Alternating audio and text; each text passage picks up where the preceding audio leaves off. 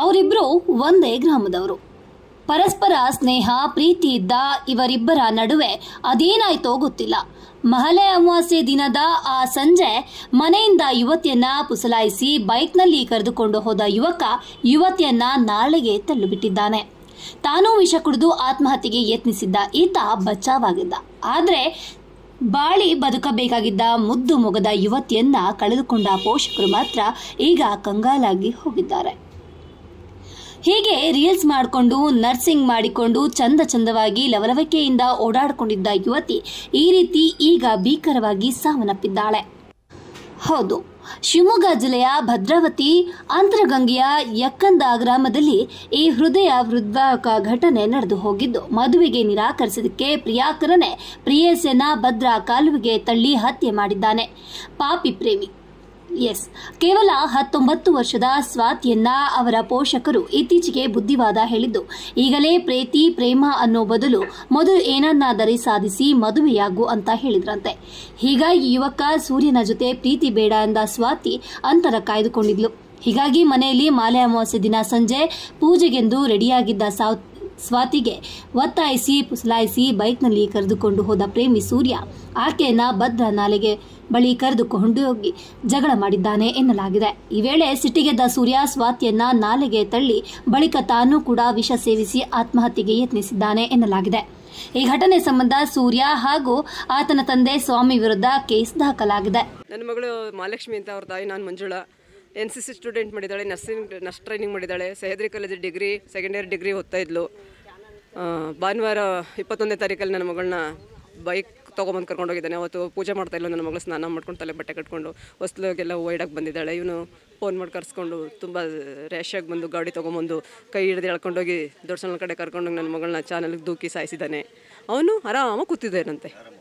ಅವನು ಸೂರ್ಯ ಅಂತ, ಅವನು ಅದೇ ನಮ್ಮೂರೇ. ಪರಿಚಯ ಇದು ಯಾವ ರೀತಿ ಬೆಳೀತು ಅಂತಲೇ ಗೊತ್ತಿಲ್ಲ ಸರ್ ನಮಗೆ. ನಮ್ಮ ಕಣ್ಣು ಮುಂದೆ ಅವರು ಮಾತಾಡಿದ್ದೆಲ್ಲ ನಾವು ನೋಡಿಲ್ಲ. ನನ್ನ ಮಗಳು ಕಾಲೇಜ್ ಹತ್ರ ಎಲ್ಲ ಹೋಗಿದ್ದಾನೆ, ಬಸ್ ಹತ್ರ ಹೋದರೆ ಬಸ್ಸಲ್ಲಿ ಹೋಗಿದ್ದಾನೆ, ಟ್ರೈನಲ್ಲೆಲ್ಲ ಹೋಗಿದ್ದಾನೆ. ನನ್ನ ಮಗಳು ತುಂಬ ಟಾರ್ಚರ್ ಕೊಟ್ಟಿದ್ದಾನೆ ಸರ್ ಅವನು. ನನ್ನ ಮಗಳನ್ನಾಗೆ ತುಂಬ ತಲೆ ಕೆಡಿಸಿ ಏನೇನೆಲ್ಲ ಮರಳು ಮಾಡಿದ್ದಾನೆ ಸರ್ ಅವನು. ಮರಳು ಮಾಡಿ ನಿನ್ನ ಮದುವೆ ಆಗಿಲ್ಲ, ನೀನು ನನ್ನ ಜೊತೆ ಬಂದಿಲ್ಲ ಅಂದರೆ ನಾನು ಸಾಯ್ತೀನಿ ಅಂತೆಲ್ಲ ಹೆದರಿಕೆ ಹಾಕಿದ್ದಾನೆ. ಹೆದರಿಕೆ ಹಾಕಿ ಇವನ ಉದ್ದೇಶ ಏನಿತ್ತು ಸರ್, ಅವನ್ನ ಕರೆಸಿ ನಮ್ಮ ಊರಿಗೆ ಅವನ ಕೈಯಿಂದ ಬಾಯಿ ಬಿಡಿಸ್ಬೇಕು. ನನ್ನ ಮಗಳನ್ನ ಕರ್ಕೊಂಡೋಗಿ ಚಾನಲ್ಗೆ ಯಾಕೆ ನುಗ್ಗಿ ಸಾಯಿಸ್ತಾ ಅವನ್ನ ತನಿಖೆ ತೊಗೋಬೇಕು ಸರ್. ಅವನಿಗೆ ಮಾತ್ರ ಜೀವಾವಧಿ ಶಿಕ್ಷೆ ಆಗಲೇಬೇಕು ಸರ್. ನನ್ನ ಮಗಳು ಇವತ್ತು ಹೆಂಗೆ ಸವಾರ ಮುಗಿ ಬಂದು ಬಿದ್ದು ಇವತ್ತು ವಿಕಾರವಾಗಿ ದೇವ ಥರ ಆಗಿದ್ದಾಳೆ. ನನ್ನ ಮಗಳು ಮುಖ ನೋಡೋಕ್ಕಾಗ್ತಾಯಿಲ್ಲ. 3 ದಿವಸ ಬಾಡಿ ಕಚ್ಕೊಂಡು ನೀರಲ್ಲಿ 3 ದಿವಸದ ಮೇಲೆ ಬಂದಿದೆ. ನನ್ನ ಮಗಳು ಕಳ್ಕೊಂಡು ನಾನೆಷ್ಟು ಸಂಕಟ ಪಡ್ತಾಯಿದ್ದೀನಿ, ನಾನೆಷ್ಟು ದುಃಖ ಪಡ್ತಾಯಿದ್ದೀನಿ, ಅದೇ ಥರ ಅವರು ಪಡಬೇಕು. ಅವನಿಗೆ ಅದೇ ಶಿಕ್ಷೆ ಆಗಬೇಕು. ಅವನು ಇದೇ ಥರ ಅವನು ಕುಯ್ದು ಕೊರ್ದಿಯಲ್ಲ ಇದೇ ಥರ ಅವನು ಬಿದ್ದಿರಬೇಕು. ಆ ಸೂರ್ಯನ ಹುಡುಗ ಅವನು ಮಾತ್ರ ಜೀವತ್ವವಾಗಿ ಬದುಕಬಾರ್ದು. ಕಂಪ್ಲೇಂಟ್ ಮಾಡಿದ್ದೀವಿ. ಅವನು ಜೀವವಾಗಿ ಬದುಕಬಾರ್ದು. ಅವನು ಸಾಯ್ಬೇಕು. ಅವನು ಇನ್ನೊಂದು ಹೆಣ್ಣು ಮದುವೆ ಆಗಬಾರ್ದು. ಅವನಿಗೆ ಸುಖ ಅನ್ನೋದೇ ಸಿಗಬಾರ್ದು. ಈ ಒಂದು ತಾಯಿ ಕೊಡ್ತಾ ಇರೋ ಶಾಪ ಸಹ ನನ್ನ ಮಗಳಿಗೆ ಎಷ್ಟು ಅನ್ಯಾಯ ಆಗಿದೆ. ಮಹಾಲಕ್ಷ್ಮಿ ಅನ್ನೋ ಹುಡುಗಿಗೆ ಕೋಟಿ ಕೊಟ್ಟರು ನನ್ನ ಮಗಳು ಬರಲ್ಲ. ಈ ತಾಯಿ ಸಂಕಟ ಅವರಿಗೆ ತಟ್ಟಲಿ ಸರ್. ಈ ತಾಯಿ ನೋವು ಅವ್ರಿಗೆ ತಟ್ಟಲಿ. ನನ್ನ ಮಗಳು ನೋವು ಮಹಾಲಕ್ಷ್ಮಿ ನೋವು ತಟ್ಟಲಿ. ಆ ತಂದೆ ಗೋವಿಂದಪ್ಪರ ಸಂಕಟನೂ ತಟ್ಟಲಿ. ಅಜ್ಜಿ ಮಿನಿಯಂಗಟಮ್ಮ ಅವರು ಸಾಕಿರೋ ತಾಯಿ ಅಜ್ಜಿ ಅವ್ರ ಸಂಕಟನೂ ತಟ್ಟಲಿ. ಶಿವಲಿಂಗಮ್ಮ ಸಾಕಿರೋದ ನಮ್ಮ ತಾಯಿ ಅವ್ರ ಶಾಪನೂ ತಟ್ಟಲಿ. ಎಲ್ಲರ ಶಾಪನೂ ಅವನಿಗೆ ತಟ್ಟಲಿ ಸರ್. ಇವತ್ತು ನನ್ನ ಮಗಳು ಜೀವ ಹಾಳು ಮಾಡಿದ್ದಾನೆ, ಭವಿಷ್ಯ ಹಾಳು ಮಾಡಿದ್ದಾನೆ. ಇವತ್ತು ನಾವು ಗಂಡ ಹೆಂಡತಿ ನಾವು ಯಾವ ರೀತಿ ಜೀವನ ಮಾಡಬೇಕು ಸರ್. ಇವಳೇ ದೊಡ್ಡ ಮಗಳು, ನನಗೆ ಸಣ್ಣ ಮಗಳು ಭುವನೇಶ್ವರಿ 16 ವರ್ಷ ಒಳಗೆ 19 ವರ್ಷ ಸಾಕಿ ತಾಯಿ ಒಂದು ಎಷ್ಟು ಕಷ್ಟಪಟ್ಟು ಸಾಕ್ತಾಳೆ ಸರ್ ಮಕ್ಕಳನ್ನ. ನೀವೇ ಯೋಚನೆ ಮಾಡಿರಿ. ತಂದೆ ತಾಯಿ ಮಕ್ಕಳಿಗೆ ನಮಗಿಲ್ಲ ಅಂದರೂ ಮಕ್ಳಿಗೆ ಕೊಟ್ಟು ನಾವು ಸಾಕಿರ್ತೀವಿ. ಇವತ್ತು ಕಳ್ಕೊಂಡಿರ್ಬೇಕು ಅಂದರೆ ನಮ್ಮ ನೋವು ಎಷ್ಟಿದೆ ನೀವೇ ನೋಡಿರಿ. ನಮ್ಮ ಸಂಕಟ ಎಷ್ಟಿದೆ. ಅವನು ಎಲ್ಲಿದ್ದಾನೆ ಅಂತ ಗೊತ್ತಾಗ್ತಿಲ್ಲ ಸರ್. ನಾಟಕ ಮಾಡ್ಕೊಂಡು ಶಿವಮೊಗ್ಗ ಮೆಗನಲ್ಲಿ ಇದ್ದಾನೆ ಅಂತ ಹೇಳಿದ್ರು ಸರ್. ಅವನಿಗೆ ಮಾತ್ರ ಸುಮ್ಮನೆ ಬಿಡಬೇಡಿ, ನನಗೆ ನ್ಯಾಯ ಕೊಡಿಸ್ಕೊಡಿ. ನನ್ನ ಮಗಳಿಗೆ ನ್ಯಾಯ ಕೊಡಿಸಿ ಅವನಿಗೆ ಜೀವಾವಧಿ ಶಿಕ್ಷೆ ಮಾಡಿ ಸರ್. ನಾವು ತುಂಬ ಬಡವರು. ಅವ್ರಿಗೆ ಹಣ ಬಲ ಜನಬಲ ಎಲ್ಲ ಇದೆ ಸ್ವಾಮಿ ಅನ್ನೋರಿಗೆ. ಎಲ್ಲದ ಮೇಲೂ ರೆಕಮೆಂಡೇಷನ್ ಮಾಡ್ತಾರೆ. ಏನು ಮಾಡೋಕ್ಕೂ ರೆಡಿ ಇದ್ದಾರೆ ಅವರು. ಈ ಅವಕಾಶ ಅವ್ರಿಗೆ ಕೊಡಬೇಡಿ ಸರ್, ದಯವಿಟ್ಟು ಕೈ ಮುಗಿದು ಕೇಳ್ಕೊತೀನಿ. ಅವರಿಗೆ ಜೀವಾವಧಿ ಶಿಕ್ಷೆ ಆಗಲೇಬೇಕು ಸರ್. ನನ್ನ ಹೆಸರು ಮಂಜುಳಾ. ಇತ್ತು ಅಂದರೆ ಆ ಹುಡುಗನ ಇವಳು ಪ್ರೀತಿಸ್ತಾ ಇದ್ಲು ಸರ್. ಆ ಹುಡುಗನೂ ಪ್ರೀತಿಸಿದ್ದ. ಆದರೆ ಇವರು ಪ್ರೀತಿಸ್ಬಿಟ್ಟು ಈ ಥರ ಚಾನಲ್ ಕರ್ಕೊಂಡೋಗಿ ತಳ್ಳಬೇಕು ಅನ್ನೋ ಉದ್ದೇಶ ಅವ್ನಿಗೇನೂ ಇರಲಿಲ್ಲ. ಇಲ್ದಿರೆ ಸತ್ತಿದ್ರೆ ಅವರಿಬ್ಬರೂ ಒಂದೇ ಸರಿ ಸಾಯ್ಬೇಕಾಯಿತು. ಈ ಥರ ಮಾಡಿಬಿಟ್ಟು ಮೋಸ ಮಾಡಬೇಕು ಅಂತ ಬರೋ ಉದ್ದೇಶ ಏನಿತ್ತು ಸರ್ ಅವನಿಗೆ ಅಲ್ವಾ? ಅವಳು ಎಲ್ಲಿ ಓದೋಕ್ಕೆ ಹೋಗಲಿ, ಎಲ್ಲಿ ಬರೆಯೋಕ್ಕೆ ಹೋಗಲಿ, ಅವನಿಗೆ ಟಾರ್ಚರ್ ಭಾಳ ಕೊಡ್ತಿದ್ದ. ಟ್ರೈನಿಗೆ ಬಂದರೂ ಹೋಗ್ತಿದ್ದ, ಬಸ್ಸಿಗೆ ಬಂದರೂ ಹೋಗ್ತಿದ್ದ. ಆ ಹುಡುಗಿ ಏನಂತ ಟಾರ್ಚರ್ ಕೊಡ್ತಿದ್ದೆ ಅಂದರೆ, ನೀನು ನನ್ನ ಜೊತೆಲಿ ಬರಲಿಲ್ಲ ಅಂದರೆ ನಾನು ಚಾನಲ್ಗೆ ಬಿಡ್ತೀನಿ, ವಿಷ ಕುಡಿತೀನಿ ಅಂತ ಈ ಥರ ಟಾರ್ಚರ್ ಕೊಡ್ತಿದ್ದ ಅವನು. ಆ ಹುಡುಗಿ ಬಂದು ಒಂದು 2 ಸರಿ ಹೇಳಿತ್ತು, ಈ ಥರ ಮಾಡ್ತಾನೆ ಹೆಂಗೆ ಮಾಡಬೇಕು ಅಂತ. ಅವ್ರ ತಾಯಿ ತಂದೆ ಎಲ್ಲ ಮದುವೆ ಮಾಡ್ತೀವಿ ಅಂತ ಒಪ್ಕೊಂಡಿದ್ರು ಸಹ. ಅವತ್ತು ಅವ್ರ ಅಜ್ಜಿ ಮನೇಲಿ ಹಬ್ಬ ಬಿಟ್ಬಿಟ್ಟು ಆ ಹುಡುಗಿ ಸ್ನಾನ ಮಾಡಿಕೊಂಡು ಫೋಟೋಕ್ಕೆ ಪೂಜೆ ಮಾಡ್ತಾಯಿತ್ತು. ಅಂಥ ಹುಡುಗಿನ ಚಾನಲ್ ಕಡೆಯಿಂದ ಅವ್ರ ಮನೆ ಪಕ್ಕದಲ್ಲಿ ಒಂದು ಚಾನಲ್ ಇದೆ, ಆ ಹುಡುಗಿ ಮನೆ ಪಕ್ಕ.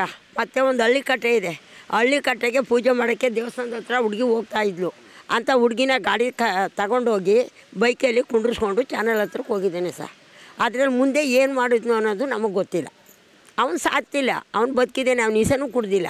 ಅದೇ ಅವರು ಮನೆ ಅಂಗಡಿಲೇ ಒಬ್ಬರು ಬೇರೆ ನಮ್ಮ ಕ್ಯಾಸ್ಟ್ನವರೇ ಅಂಗಡಿ ಇಟ್ಟಿದ್ದಾರೆ. ಅದರಲ್ಲಿ 7 ಅಪ್ಪು ಇರ್ಬೆ ಪೌಡ್ರು ಸಹ ತಗೊಂಡಿದ್ದಾನೆ. 7 ಅಪ್ ಕುಡಿದು ಇರ್ಬೆ ಪೌಡ್ರ್ ತೋರಿಸಿ ಹೆದರಿಕೆ ಹಾಕಿದ್ದಾನೆ ಅವಳಿಗಷ್ಟೇ. ಅವಳು ಒಂದು ಸ್ವಲ್ಪ ಗಾಬರಿಯಲ್ಲಿದ್ಲ ಹುಡುಗಿ. ಯಾಕೆಂದರೆ ಯಾವಾಗಲೂ ನಾನು ಸಾಯ್ತೀನಿ ಅಂತ ಇರ್ತಾನೆ.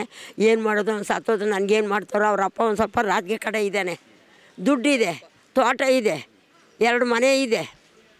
ಆ ಹುಡುಗ ಅಕ್ಕ ಒಬ್ಬಳು ಅದೇ ಥರ ಲವ್ ಮಾಡಿ ಇನ್ನೊಂದು ಹುಡುಗನಿಗೆ ಹೊಡಿಸಿ, ಆ ಥರ ಅದೇ ಊರಲ್ಲಿ ಇನ್ನೊಬ್ಬ ಹುಡುಗನಿಗೆ ಲವ್ ಮಾಡಿ ಮದುವೆ ಆಗಿದ್ದಾಳೆ. ಮದುವೆ ಅಂದರೆ ರಾತ್ರಿ ಹೋಗಿ ತಾಳಿ ಕಟ್ಕೊಂಡಿದ್ದಾಳೆ ಸರ್ ಅವರು. ಈ ಥರ ಎಲ್ಲ ಆಗಿದೆಯಲ್ಲ, ಈ ಸಮಸ್ಯೆಗೆ ನೀವೇನು ಪರಿಹಾರ ಕೊಡ್ತೀರಿ ಹೇಳ್ರಿ. ಏನಾಗಬೇಕು ಅಂದರೆ ಅವನು ಆ ಥರ, ಅವಳು ಯಾವ ಥರ ಆಗಿದ್ದಾಳೆ ಅವನು ಅದೇ ಥರ ಆಗಬೇಕು, ಅವನು ಜೈಲೋದಿ ಶಿಕ್ಷೆ ಆಗಬೇಕು. ಈ ಥರ ಇನ್ನು ಮತ್ತೆ ಮುಂದೆ ಹೆಣ್ಣು ಮಕ್ಕಳೇ ಆಗಲಿ ಗಂಡು ಮಕ್ಕಳೇ ಆಗಲಿ ಮಾಡಬಾರ್ದು. ಆ ಊರಿಗೊಂದು ಹೆಸರಾಗಬೇಕು. ಈ ಥರ ಹುಡುಗಿ ಸತ್ತು ಈ ಥರ ಎಲ್ಲ ಮಾಹಿತಿ ಕೊಟ್ಟು ಈ ಥರ ಆಗಿದೆ ಅಂತ ಒಂದು ಗ್ರೂಪ್ ಆಗಬೇಕಷ್ಟೇ. ನಾವು ಕೇಳ್ತಾ ಇರೋದು ಇಷ್ಟೇ. ನಾಗಮ್ಮ. ಅಷ್ಟಕ್ಕೂ ಸೂರ್ಯ ಸ್ವಾತಿ ಇಬ್ರು ಕೂಡ ಪದವಿ ವ್ಯಾಸಂಗ ಮಾಡ್ತಾ ಇದ್ರು. ಇಬ್ಬರ ನಡುವೆ ಪ್ರೀತಿ ಚಿಗುರೊಡೆದಿತ್ತು. ಆದ್ರೆ ಸೂರ್ಯ ಮದುವೆ ಆಗೋಣ ಎಂದು ಹಠ ಹಿಡಿದಿದ್ದಾರೆ. ಆದ್ರೆ ಸ್ವಾತಿ ಪೋಷಕರು ಮೊದಲು ಓದು ಮುಗಿಯಲಿ, ಅಲ್ಲಿವರೆಗೂ ಮದುವೆ ಬೇಡ ಎಂದು ಹೇಳಿದ್ದಾರೆ. ಈ ವಿಚಾರಕ್ಕೆ ಇಬ್ಬರ ನಡುವೆ ಜಗಳ ನಡೆದಿದ್ದಾರೆ. ಇನ್ನು ಸ್ವಾತಿಯನ್ನ ಸೂರ್ಯ ಕಾಲುವೆ ಬಳಿ ಕರೆದುಕೊಂಡು ಹೋಗಿ ಕೊಲೆ ಮಾಡಿರುವ ಆರೋಪ ಕೇಳಿ ಬಂದಿದ್ದು, ಈ ಸಂಬಂಧ ಯುವಕ ಸೂರ್ಯ ಹಾಗೂ ಕೊಲೆಗೆ ಕುಮ್ಮಕ್ಕು ನೀಡಿದ ಆರೋಪದ ಮೇರೆಗೆ ಆತನ ತಂದೆ ಸ್ವಾಮಿಯನ್ನ ಪೊಲೀಸರು ಬಂಧಿಸಿದ್ದಾರೆ. ಇನ್ನು ಇತ್ತ ಶವಗಾರದ ಬಳಿ ಮೃತ ಸ್ವಾತಿ ಪೋಷಕರು ಕಣ್ಣೀರು ಹಾಕಿದ್ದು, ಪೋಷಕರ ಆಕ್ರಂದನ ಮುಗಿಲು ಮುಟ್ಟಿದೆ.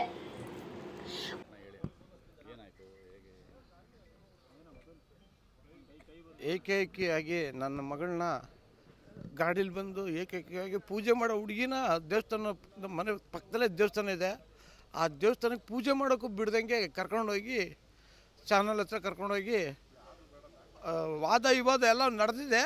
ಇವಳು ಒಪ್ಕೊಂಡಿದ್ದಾಳ ಬಿಟ್ಟಿದ್ದಾಳ ಗೊತ್ತಿಲ್ಲ. ನಾನು ಸುಧಾ ಮದುವೆ ಮಾಡಿಕೊಡ್ತೀನಿ ಅಂತ ಹೇಳಿದ್ದೆ. ಆ ಹೇಳಿ 1 ತಿಂಗಳಾಯಿತು. ಏಕೈಕಿ ಮೊನ್ನೆ ಭಾನುವಾರ ಒಂದು 2 ಗಂಟೆಗೆ ಕರ್ಕೊಂಡೋಗಿ ಚಾನಲ್ ಹತ್ರ ಇವಳು ದಬ್ಬಿ ಇವನು ಇಸಾಕ್ಬಿಡ್ತೀನಿ ಅಂತೇಳಿ ಇದೇ ಬೆಂಗೇನ ಆಸ್ಪತ್ರೆಯಲ್ಲಿ ಅಡ್ಮಿಟ್ ಮಾಡಿಕೊಂಡು ಇದ್ದಾರೆ ಸರ್. ನನ್ನ ಮಗಳಿಗೆ ನ್ಯಾಯ ಬೇಕು.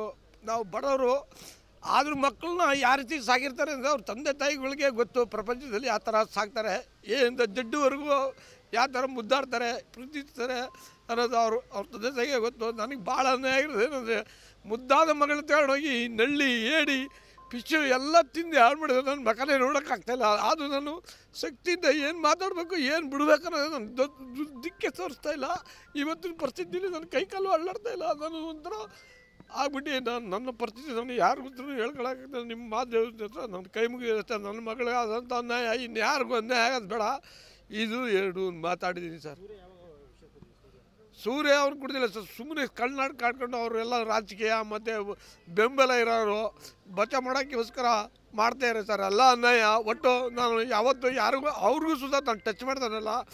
ನಾನು ಬಡವ್ರ ಮಗ ಆದರೂ ನನ್ನ ಮಗಳು ನನ್ನ ಭಾಳ ಚೆನ್ನಾಗಿ ನೋಡ್ಕೊತಾ ಇದ್ದೆ. ನನ್ನ ಮಗಳನ್ನ ನಾನು ಅವಳಿಗೂ ಸುಧಾ ಮಾತು ಕೊಟ್ಟಿದ್ದೆ, ಮದುವೆ ಮಾಡ್ಕೊಡ್ತೀನಮ್ಮ, ನೀನು ಯಾಕೆ ಹಿಂಗೆ ಮಾಡ್ಕೊಂಡಿದ್ದೀನಿ, ಆ ಹುಡುಗ ಬೇಕಾಯ್ತು, ನೀನು ಕಣ್ಣು ಬೇಕಾದ ಮಕ್ಕಳು ಸಿಗೋವಲ್ಲ ಅಂತ ಹೇಳಿದ್ರು. ಅದು ಏನು ನಡೀತು ಅನ್ನೋದೇ ಗೊತ್ತಿಲ್ಲ. ನನ್ನ ಮಗಳು ಫೋನು ಸುಧಾ ಅವನ ಹತ್ರನೇ ಇದೆ, ಇಬ್ಬರು ಒಟ್ಟಿಗೆ ಹೋಗಿರೋದು. ಆ ಫೋನಲ್ಲಿ ನಂಬರ್ ತೆಗ್ದು ಅದು ಏನಾಯ್ತು ಅದರಲ್ಲಿ ಏನು ಕುಲಕಂಸದಲ್ಲಿ ನ್ಯಾಯ ದೊರಸ್ಕೊಡ್ಬೇಕಂತ ಕೇಳ್ತೀನಿ ಸರ್. ಇಬ್ಬರು ಹೆಣ್ಮಕ್ಳು, ಒಬ್ಬರು ಸಣ್ಣವಳು, ಇವಳೇ ದೊಡ್ಡವಳು. ಇವಳನ್ನ ಏನೇ ಮಾಡಿ ಓದಿಸ್ಬೇಕು ಅಂತೇಳಿ ನಾನು ಕಷ್ಟಪಟ್ಟು ಅವರ ತಂದೆ ತಾಯಿಗೆ ಗೊತ್ತು ಏನು ಓದ್ತಾ ಏನು ಮಾಡಬೇಕು ಅನ್ನೋದು. ದಿಕ್ಕೆ ತೋರ್ತಾ ಇಲ್ಲ. ನಾನು ಮಾತ್ರ ದಯವಿಟ್ಟು ಕೇಳ್ತೀನಿ, ನಿಮ್ಮ ಕೈ ಮುಗಿದು ನನ್ನ ಮಗಳಿಗೆ ನ್ಯಾಯ ಬೇಕಷ್ಟೇ, ನ್ಯಾಯ ಬೇಕು. ಇವನು ನೀರಿಗೆ ದಬ್ಬಿ ಇವನು ಹೆಂಗೆ ಬದುಕ್ತಾ, ಇವನು ಹೆಂಗೆ ಬದುಕೊಂಡು ಬಂದಿದ್ದಾನೆ ಅಂತ ನನಗೆ ನ್ಯಾಯ ಬೇಕಷ್ಟೆ. ನನ್ನ ಹೆಸರು ಗೋವಿಂದ್ ಅಂತ ಸರ್. ಒಟ್ಟಿನಲ್ಲಿ ಬಾಳಿ ಬದುಕೈ ಜೀವನ ಕಟ್ಟಿಕೊಂಡು ಬೇಕಾಗಿದ್ದ ಯುವತಿ ಇಂದು ಬಾರದ ಲೋಕಕ್ಕೆ ಪಯಣಿಸಿದ್ದು ಇತ್ತ ಪೋಷಕರು ಕಂಗಾಲಾಗಿ ಹೋಗಿದ್ದಾರೆ. ಜೊತೆಗೆ ತಮ್ಮ ಮುದ್ದಿನ ಮಗಳ ಹಂತಕನಿಗೂ ಕೂಡ ಇದೇ ರೀತಿ ಸಾವು ಬರಲಿ ಅಂತ ಶಪಿಸಿದ್ದು ಮಾತ್ರ ಕರುಳು ಕಿವುಚ್ತಾ ಇತ್ತು. Bureau report TV 13 Kannada.